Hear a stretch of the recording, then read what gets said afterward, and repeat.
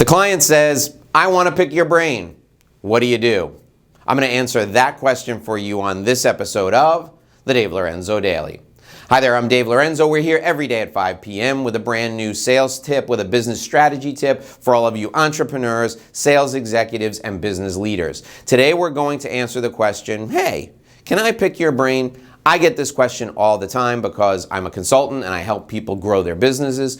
You may get this question all the time because you're a professional. You're an architect, a CPA, a financial advisor. You might be a lawyer. You might be someone who's a doctor and you're at a cocktail party and they say, I have a pain over here. Can I pick your brain? How do you respond? The way that you respond to this question is going to be indicative of whether or not you do business with this person in the future. You don't want to give away too much. You don't want to give free advice because free advice is worth what people pay for it. You devalue your services when you do that. And this person may be a do-it-yourselfer. You may give them the exact answer to the problem. The other reason that it doesn't make sense for you to give out this advice is because it's annoying and you hate it when people say, hey, can I pick your brain? And they tie you up for 20, 25 minutes when you could be doing other things. Finally, you don't want to give them the advice here because you don't know all the facts yet. You got to go through a discovery process and make sure you understand exactly what's going on. So I'm going to give you the clue to answering this question right now. Before I do that, I want to welcome those of you who are brand new. If you're joining us for the first time, my name's Dave Lorenzo. I'm here every day with a new business strategy and sales tip for you to help you grow your business using relationship-based sales. And if you haven't already, please join our community. Hit the subscribe button, that big red button, punch it, ring the little bell. The bell enables notifications. You'll find out when we upload a new video, when we upload interviews, and we interview someone once a week. Okay, people ask you, can I pick your brain? And it annoys you. How do you answer that? The first answer you have to give to that person is, well, thanks for calling me. Thanks for stopping by. Well, thanks for asking. What were you hoping I could do for you? You got to get to the heart of the matter. So you say, what were you hoping I could do for you? And then they're going to tell you how you can sell them. So you can turn a can I pick your brain into a sales call. When you say, what were you hoping I could do for you? They're going to say, well, I need some advice because I'm stuck with this problem. And then you can say, tell me about the problem. And they tell you and you can say, I can solve that for you, but it's a little bit bigger than pick my brain at a cocktail party. We need to sit down, have a real consultation, and you need to engage me, become a client so that I can properly work with you. This usually shuts down the can I pick your brain right away.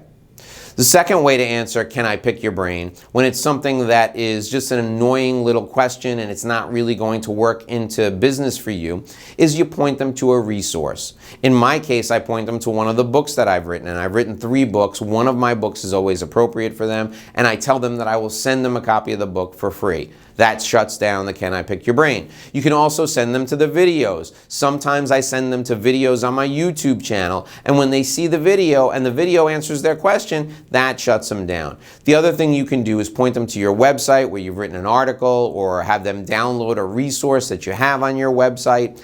Pointing them to a resource on your website or a video or giving them a book or a copy of a paper is a very polite way to address the issue without having to spend a lot of time.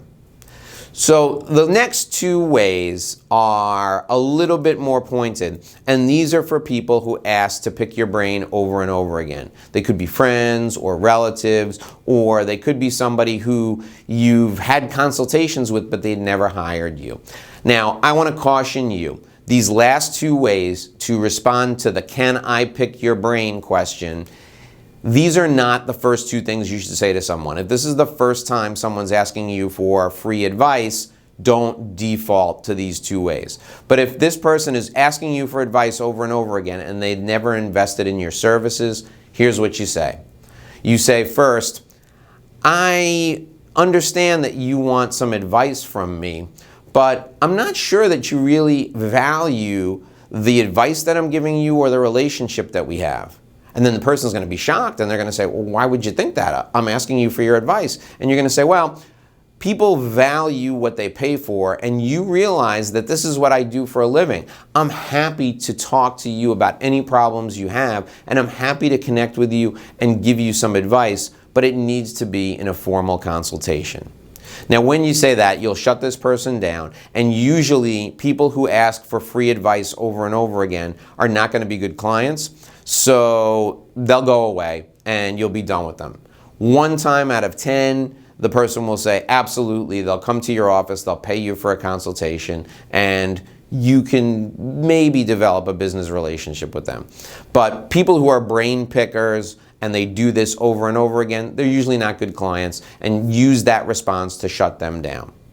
The final way that you can solve the brain picking issue is you look at them and you say, Joe, this is the 4th or 5th time you've asked me for help with this. How much is this problem costing you?